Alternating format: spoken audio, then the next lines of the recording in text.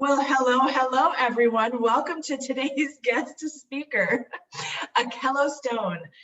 I would like to introduce Akello. I met Akello a few years ago when I started teaching at El Camino College, and he's become not only a wonderful colleague, but an even better friend. And I'm very excited to have him come and talk with us today about a couple of his professional and personal relationships to death and dying. So, Kel, how are you today? I'm terrific. How about you? Good. So I have 6 questions that I'd like to talk with you about. And let's start off with maybe you sharing a little bit about your professional relationship to death and dying. It's kind of an interesting story because when I started teaching at Elko and I would get, usually the 101 class, the 104 class, and they said, we'd like you to teach death and dying. And immediately I was like, in my mind, I was like, hell no, I'm not teaching that, right? And then I said, well, wait, you need the work.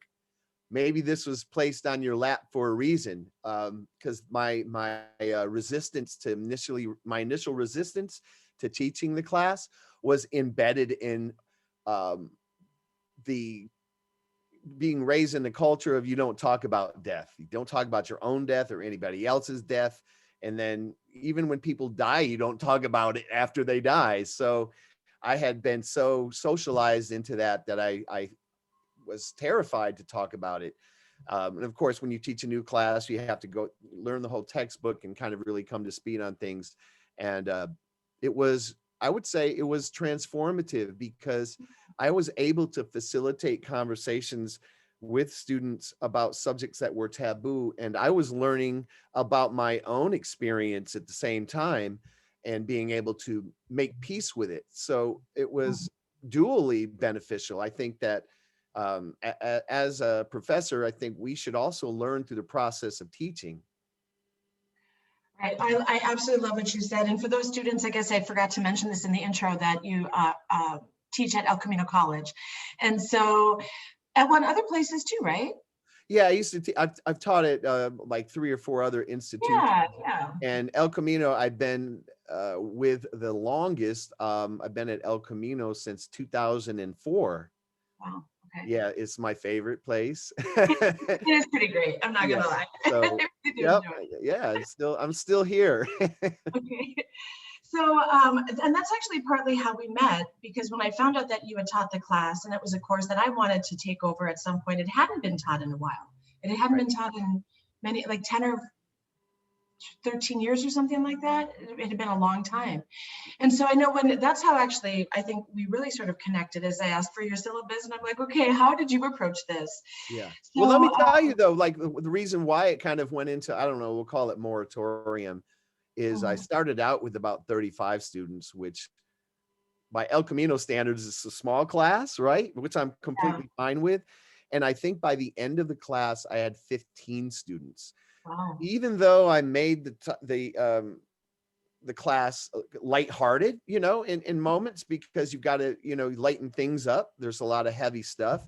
It was too heavy. It was too personal, and so to me, that just said, this is really a huge need to be able to do this, because I think that the learning process should be personalized. You should take away something and infuse it within your own life and your own perspective, not just taking a class, getting a credit, and then you move on. It should be a step in your own evolution and transformation and evaluating things in a different way.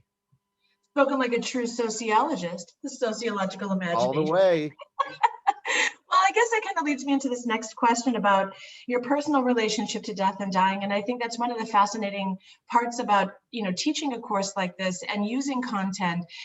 I've noticed in textbooks and supplemental texts that people who go into death and dying, whether it be part of the death system profession or teaching the class, or even something like a hospice nurse or a funeral director, may have some sort of personal relationship in context, or I'm sorry, in connection with death and dying. So I thought, you kind of touched upon this with teaching that class and maybe having to confront some of your own attitudes and belief systems.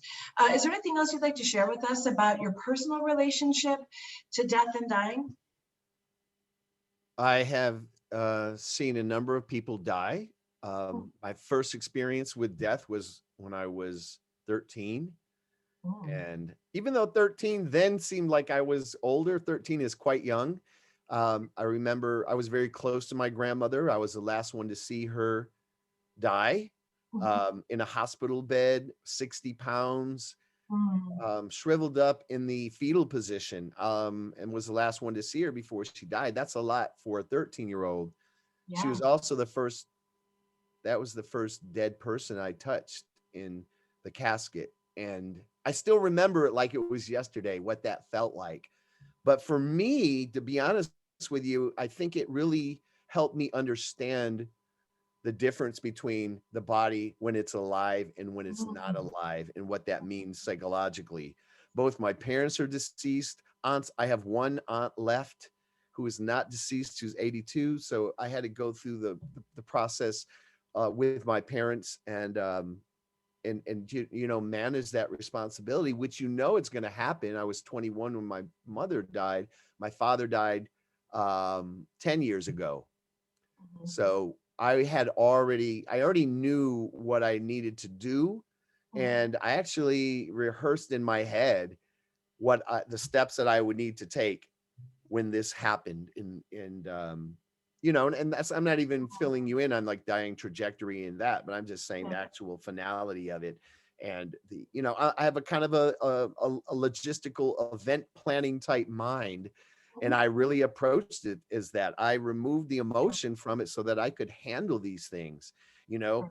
I found out that I was very adept in crisis situations. And while other people completely fall apart, I did not fall apart. So it was good to know that I had that kind of um, personality, if you will, or ability to get through those moments. And, Yeah. in reflection, I look back and I'm always very proud of that. And it sounds weird, but I'm actually glad that I don't have to go through that. And it's always inevitable for anyone. I had a friend who lost her father in like a month ago, but he was like 92. But still, we know that that's potentially it's gonna happen, right? We don't Right. know when, but the natural course of things is you get older, parents die, then you get old and you die. So when your parents die, you're next. Right. Right.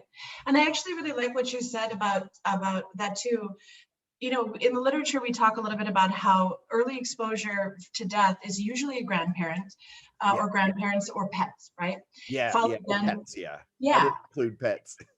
No, but I mean, these are some of these early memories, right? And so, like the first, you see, and I can relate to that too with seeing my grandma in a casket, but it's such a distant, old memory, right? Right. But these are these early profound memories, and as that death exposure occurs, not only is it exposure to the logistics of death and dying, but like the tactileness, the smells, the sounds, the Mm-hmm. feelings, right? Yes, And then yes. the decisions that you have to make. So you are able to go through these first few deaths, but by the time you've had multiple people die, it's like you get the hang of it, you know Yeah, more about, you recognize the feelings, you yeah, recognize the grief.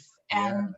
And so it becomes this sort of like grief trajectory and like maybe a move toward death acceptance, or maybe, Yes, you that's an know, excellent way to look at it. Um, as we know culturally in our society, we've disconnected ourselves from death. Death not being part of the entire life cycle, the mhm. inevitable aspect of it, and I think that we have FOMO. I think Yeah, the fear of death is like the fear of missing out on like how life is going to unfold, and you know, watching kids develop and get older, and the things that happen over time. I think that part of the fear of death is, well, aside from the pain that might be caused from dying, which I admittedly fear, like a long, slow trajectory of death.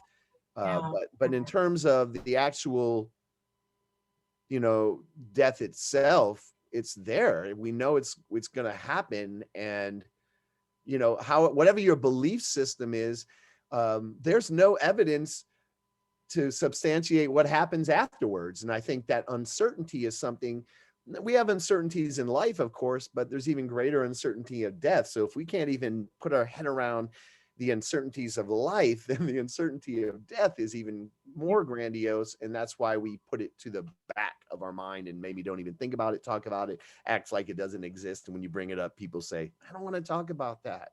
Because I'd be like, well, when I die, blah, blah, blah, I don't want to talk about that. I'm like, oh my God. So we shall return to this in just a few minutes. Sure. But like what you say about creating a dialogue about death, that's one of the tenets of death positivity, right? Yeah. So I want to move to our next question, because in truth, I have heard you speak several times. You were usually a guest presenter or a guest speaker at my Death and Dying class at El Camino. And so I know a little bit about what I like for you to talk about. So the primary focus of what I wanted you to discuss today involves some decisions you've made about your body and your own end of life. And so I was thinking maybe we could spend a few minutes talking about your very intriguing death decisions. Absolutely. And I really like that you said my body, because this is my body, and I think It's an old song. It's an old song. Sorry, I couldn't do it. hey, add to the flavor of it, the idea that this is our own body and we can choose what to do with it, even though I'll be honest, like I sometimes wonder, like if we do have the right to end our own life if we wish.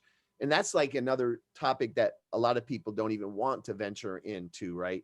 But like you can change your hair, you can do this and that, but why can't I make these decisions about my body? And then of course, from the perspective of the costs involved with dying, funeral, burial, and the way in which that creates this attachment for survivors, right? People become attached. They become attached to a gravestone. They visit the gravestone. Like this whole idea to me is still buried in this non-acceptance of death. So it might have been like 10 years ago. Maybe 10 years or so ago, I visited the California Science Center, which had the Body Worlds exhibit, which is Plastination, which is taking the body. There's a really in-depth process. I think Professor Wosick probably showed you the video of that. Being someone of a scientific mind who balances science and spirituality, I found out that I could actually donate my body for this. And there was actually interesting, because there was like maybe 250 people in the United States that have donated for Plastination, and maybe 10,000 in Europe, believe it or not. Talk about a difference, right? Yeah. But I made the decision. I thought that they were spectacular. I thought that I've never had such an intimate connection with understanding the physical body as I did when I saw it. They call them plastinates, what they've created from, again, science. Wow, this is just a miracle. How can I share that with someone else? I feel like, okay, for example, I go to Yelp and I read reviews before I make decisions, but also I feel that I need to contribute. Yelp review for that? What's that? Is there a Yelp review for that? No, there's not. But I'm saying in general, I go to Yelp and well, let me flow with this. In general, I go to Yelp and I, read reviews before I make decisions. Lots of people do that. But I also feel a social responsibility to contribute to that process. And I may have over 100 reviews, right? I mean, I'm not obsessive about it, but I feel that if I'm going to take, I need to contribute. And when I saw those plastinates and the way that people were mesmerized by them, I said, I want to help contribute to this. I want to mesmerize people. I want to leave this responsibility of anyone cremating me, burying me, doing all of that. Like when I die, I have a card. My body is sent somewhere to the Inland Empire. They pack it up and send it over to the Institute for Plastination. Nobody has to deal with my body. That's my body. I don't want it buried in the ground. I don't want all that, so I made that decision based upon, that kind of thinking. Okay. So tell us a little bit about, like, I know in class you've talked about the card and about actually going through and registering. Yes. So what are the benefits of doing this? And I guess in terms of the actual registration process. And then you had talked a little bit about taking responsibility, taking that off of other people's shoulders and putting it onto yours, right? Yes. So if you had your, I don't know, what would be your ideal way that they would use your body? If you could say, I would like my body to be used like this in the project. Oh, wow. Oh, well, I definitely want to be on tour of the Body Worlds exhibit, because some of the plasticists go to medical schools and things like that, but I want to be on tour. I want my name on the placard, which is an option that you can have. I've seen different plastinates doing different things. That's a really good question. There's one plastinate that I thought was pretty remarkable, where the person was heavily tattooed. They removed the skin as if it was a coat, and then hung over the plastinate's arm, just draped over. But again, all this is preserved and it lasts for thousands of years. So it's actual skin. And to see it like that, to see the skin as this covering, was pretty amazing. But I think what would I be doing? I think I would be, you know what? I think one of the most blissful experiences of my life was parachuting, jumping out of a plane, skydiving. So if they could do where I was like on a hanging from the ceiling with a parachute, skydiving, a skydiving plastinate, I think that would be brilliant. That is so cool. I would love to see that. All right. So I hope you have written this down somewhere so that, it just came to me. No one's ever asked me, and I will make sure that I will put that in the notes somewhere. Yeah, get on that. So, I mean, is everybody cool with your decision? Has anybody challenged you on that? I mean, this is your body, but... Oh yeah. Some people think it's weird and, I can't believe you're doing that. And I mean, people have said, well, how will I visit you? I'm like, what do you mean visit me? Like a rock on a lawn somewhere? That's like not visiting me. I think what it did was like shakes up people's idea of what they think is socially appropriate as it relates to their own death. And my thing is, I would never challenge someone's decisions of what they want done, like the cremation thing, more people are opting for cremation and then putting ashes in things. So part of it is really just, if people know me, then they understand my continual strive to not be attached to things, ideas, emotions, or even people, which doesn't mean I don't love people, just I'm not attached to them in the way that other people are. My psychological fortitude is not attached to the external world. And so I think this is really a statement that I'm making for other people and asserting who I am completely, even after death. Yeah. Well, I guess it sounds like we just have to plan on being the roadies for your tour, after death tour. Talk about, here's the other benefit though. If you're a body donor and you have the card, you get to see the exhibit free whenever it comes to town. No way. Oh, yeah. That's awesome. That's so cool. So if students are interested, I'll put the video and then also the website. Is there a website that students can go to do this? To make absolutely. If you do like, Institute for Plastination Body Donor, like I'm telling you, if you put the right search key in, you can go right to anything, but it explains the process, and it's just signing the form and, carrying that with you as you would like a organ donation. Yeah. And I know you talked in class before about you have one person who you've sort of entrusted to execute your final wishes. Absolutely. Yes. And she, I have, was it last year? I think it was last year. It may have been last year or the year before. I get them all mixed up now, but you know how you have these things that you've been putting off. And I was like, damn it. I need, I'm a homeowner. I've got to write a will. I don't want the state to take my property, right? Which will happen. So I wrote a will. I got a designated healthcare directive with a person. I did a living will. And I've also, I continue to confirm with the person who's agreed to euthanize me if it comes to that. And she's completely fine with that. And To have those kind of people in place. And then I don't have to think about that. I have this big red envelope and it says like mortem on it or something. And it has all my documents. So, you know, it's right there by where I hang my keys. I just have it here. You know, I tell people like, if anything happens to me, this is the envelope to go to. And to feel like I took that upon myself and handled that, you know, is great. And that I have people that are willing to do those things and they understand me is great. Right. And what more could I ask for, right? Yeah, yeah. I think is this a former student? Yes, it is. It's Yeah. actually a student who took my death and dying class like 15 years ago. That's when I taught it 15 years ago. And we remained in contact over time, became friends. And she's like, lives 10 minutes away. In fact, she came and helped me build this loft. Beautiful job, by the way. Thank I don't know if students realize that our backgrounds are actually our backgrounds in These are his. real. This is real. Gorgeous. Yes. Very handy, very handy. I love it. Yes.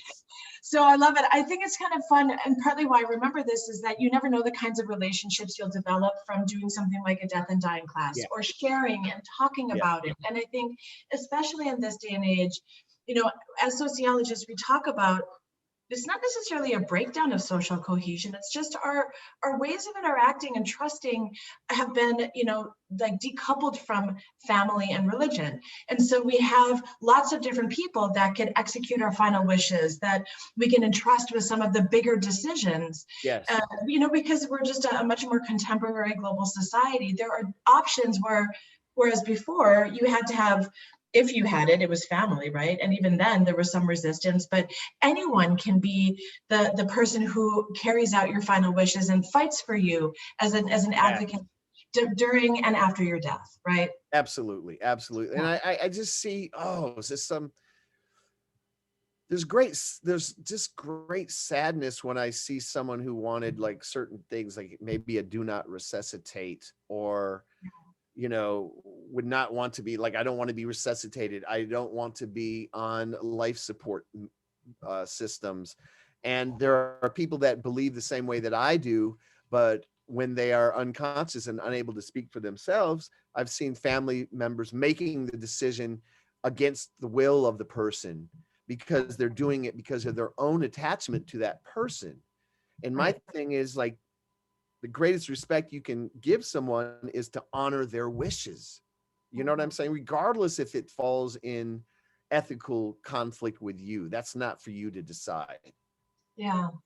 And I think this is another aspect of you know, talking about this in this module on end of life issues and decisions and rights and ethical debates regarding what would be a death plan. We talk about the birth plan, you know, when women are giving birth. Yes. And how often, you know, nurses or doctors or other individuals might really, because of their own interests or their own ideas, pull you away from what might be a plan. And a death plan is very similar to that, in terms of not only maybe during the death and dying process, but then again, what you've got in place afterwards. So these are some real, you know, points of contention that we talk about in lecture. And partly why it's important to just be having these conversations with multiple people over and over, to be clear in your mind and to know with others that they're clear in terms of your wishes. So I mean, I definitely appreciate that. Yeah, well, let me add to my own perspective on why people are very resistant to creating a death plan or having the conversations. A lot of people in their minds think that if they talk about something, or that they will bring it forward. So if if I'm writing my will and I'm creating a living will and doing that kind of thing, that I'm I'm inviting death into my life, if you will. I'm going to die because I have all this done.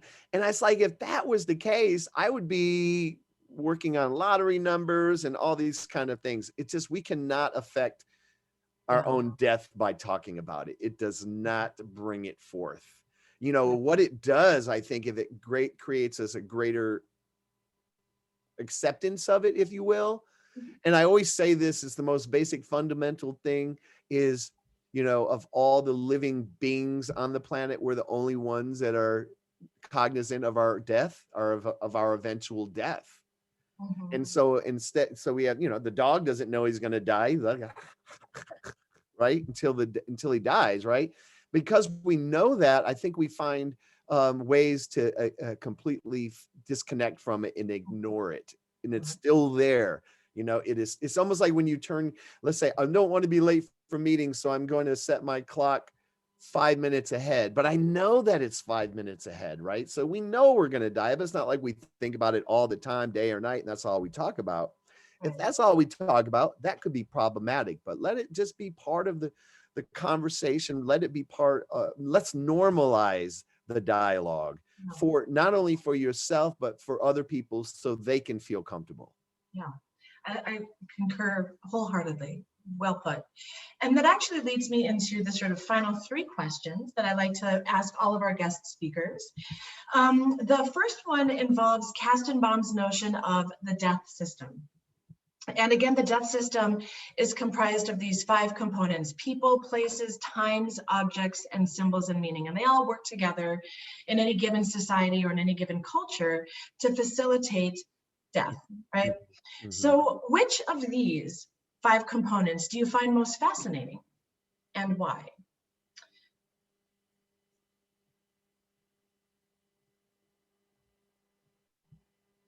I find, it's all really fascinating. I think I would say place. I find place fascinating. Particularly um, the cemetery, and when people gather around, and the kind of, it doesn't happen with everybody, of course, but there is a general idea that you follow the body to the grave, and then it's like hoisted, on this mechanism that slowly lowers it down.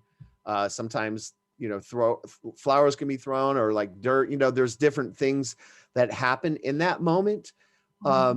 But the idea of, we've come from the earth in this natural way, but we've got to buy a $10,000 box to put ourselves in, then to put us in the ground, and then cover it with dirt. So what I find fascinating about anything involved in place, regarding the death system, is the how it's intertwined with capitalism, and the notion of having to pay for all these different things. For some people, I mean, why can't we just bury the body as it is? Why does it have to be in this $10,000 casket?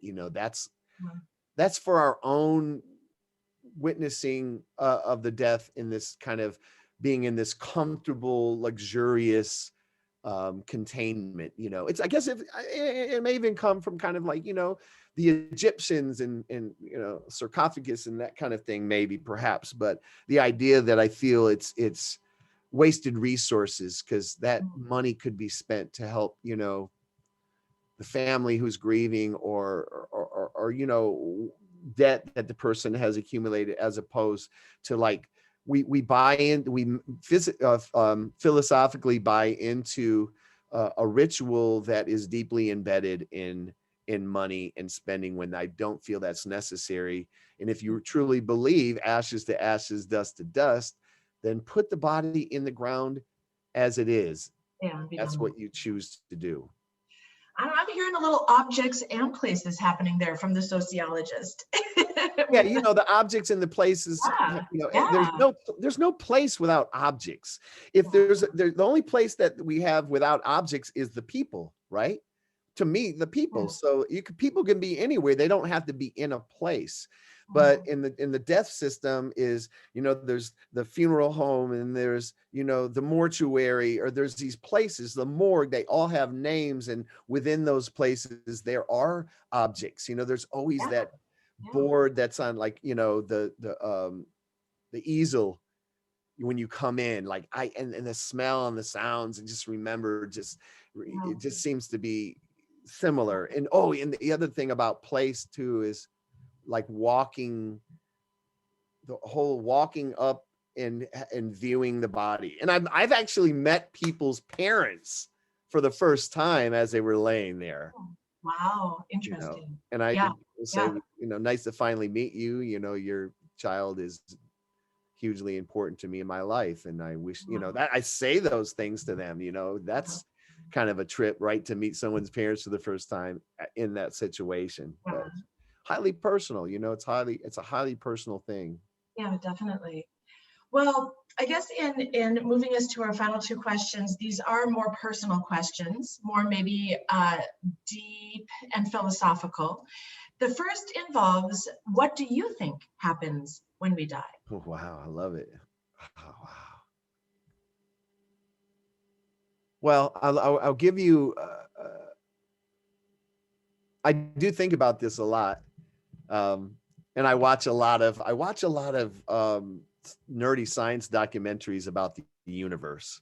The vastness, the what it's made of, what we're made of, this finite number of ingredients that somehow, let's say, miraculously came together to create what we envision to be our reality. So if anyone's ever been under general anesthesia, and actually I was recently, I had my 50-year colonoscopy.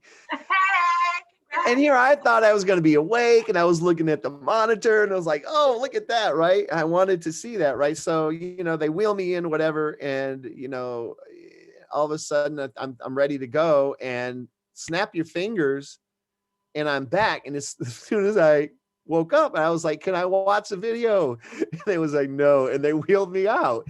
And then I was like, wait a second, I thought I was going to be awake for that. So I believe that it's similar to being under general anesthesia, where there is no memory, there is no dreaming, and it's as if it never happened.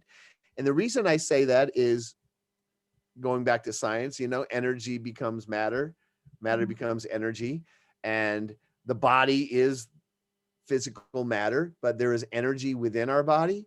But energy does not have the ability to create conscious awareness of itself. So the awareness, we only understand our world based upon our five senses that are all linked to our physical body. If you think about it, they're all linked to our physical body. Even the electrochemical impulses that happen within our neurons is a physical process. It's all physical. And that energy is not a physical form, but energy doesn't have a consciousness or awareness that we have now. So we were not going to be like, now I'm like dead and I'm floating around the universe looking at everything. We won't have eyes. We won't have that ability. So it's almost like a reintegration to what was. And I believe there's no memory. There's nothing. It's like nothing. It never happened. It's like it never happened. And all that's left of the people grieving your death, but you are not grieving. I know it falls in direct contradiction to what a lot of people believe about the afterlife, but I've been kind of looking at what do I believe myself, and that's what I've come up with, and I'm completely fine with it. Wonderfully stated. I still just envision you parachuting with your body. So whatever happens, we'll still wave hi to you. I mean, if I could have one, desire, it would be like to see that. I'll never be able to see that. So. Yes. Okay, so the final question is more of a send-off. What piece of advice do you have that might help students become more death accepting or death positive moving forward? I think, again, like we said, I think you have to encourage dialogue. And I think the question that you just asked me is a very, it's a good question, but I think it's a good question, but I think it does more than just have someone answer the question. Like I could have just said, oh, I'm going to give you an answer, right? Like when you asked the question, it made me really think about what I really believe. Not what I've been taught to believe. I was raised Catholic. I was taught about heaven and hell. And then I became an adult and understand that religion can be embedded within religion as social control mechanisms, right? Social control mechanisms cause us to think about things in different ways. And if we don't really know, and it's okay to say, I don't know what's going to happen. And if that happens, if you're in that position, investigate, get a bigger idea. Think of, try to understand what other people think. What do they think? What is the basis of that? What are the intersections of that? And again, like when you start watching those shows about the creation of the universe and the number of planets and galaxies and stars, you know, where does that fit into the creation of who you are? And there's also, I have to say too, is like there are certain, I think, religions that make us really think, like being a Buddhist for probably like 18, 19 years, it really revamped my idea of the idea that we're attached to our body, we're attached to the reality. And this, you know, for all I know, this doesn't even exist. You know, I gotta tell you this, like, there was a science show, I think it was called The Universe, and they were talking about visible light spectrum, if you're familiar with electromagnetic spectrum. So they said, let's compare what our perception of the universe and our reality is only within this finite, you know, electromagnetic spectrum. So they said if they were to draw a line between Los Angeles and New York City, that line would represent all the waves that are happening in the universe, and our perception that we're able to interpret the universe is the size of a dime. Wow. So when you think about that and you think about death, I think about, wow, I think about the limitlessness of the energetic aspect of ourselves going back out into the universe. And I feel how I almost feel liberated from it, you know, because we have good times and hard times here, right? Most of the time we want to avoid all the bad times, but they're still going to be here. And it's all based upon this very, very small moment in the blink of an eye, right, if you will, of what we call life. And, you know, I mean, I'm not going to go on and on about like, you need to be present and stuff like that, but it's okay to think about death. It's okay to discuss that. And it's okay to say, you know what, this is part of it. And it's not going to stop me, but with living life by talking about it and by thinking about it. We think about birth, you know, I mean, God, I wish I had memories of what that was like being in the womb, but I don't. But in the same sense, we won't have there's certain uncertainties that we will never experience about being dead, and that's okay as well. And you know what always hits me, and this just blows my mind. When you look at the population of people on the planet, I look around like I'm in like, you know, back in the day when I'd be in a crowded environment, right? I'd be like, every single one of these people is going to die. And when they die, their death is going to impact this amount of people. And I'm just blows my mind. Everyone here is going to die. Wow. We're all in it together. We're all in, such a sociologist. What happens between people, death happens between people. Yes. Kel, this has been a fabulous conversation. Absolutely. I wish students could meet you in person, but perhaps that day would come in the future. I'll leave your contact information on our website in case students have any questions. They can email you. And just thank you for taking the time to talk about your personal and professional relationships, your insights. It's just always a pleasure. I think the world of you. Thank you, thank you, thank you. Likewise, and I do want to add to your students that you have no idea how lucky, how fortunate you are to have Professor Wosick as your instructor for any class, but in this particular class, because she brings a maturity and a groundedness, but then a lighthearted humor. I mean, what more do you need to be able to take heavy topics? You know, comedians get away with everything, right? So she's like professor comedian, you know, but also compassionate, you know, and so you're very lucky to have someone, you know, learn from her and really delve into the class. It's not just getting these credits, you know, could be a transformative experience for you. Thanks, that's sweet, Cal. And it takes one to know one. I think that's probably why I have so much respect for you. All right, well, thank you again, and goodbye, lovely students, until we meet again. Peace.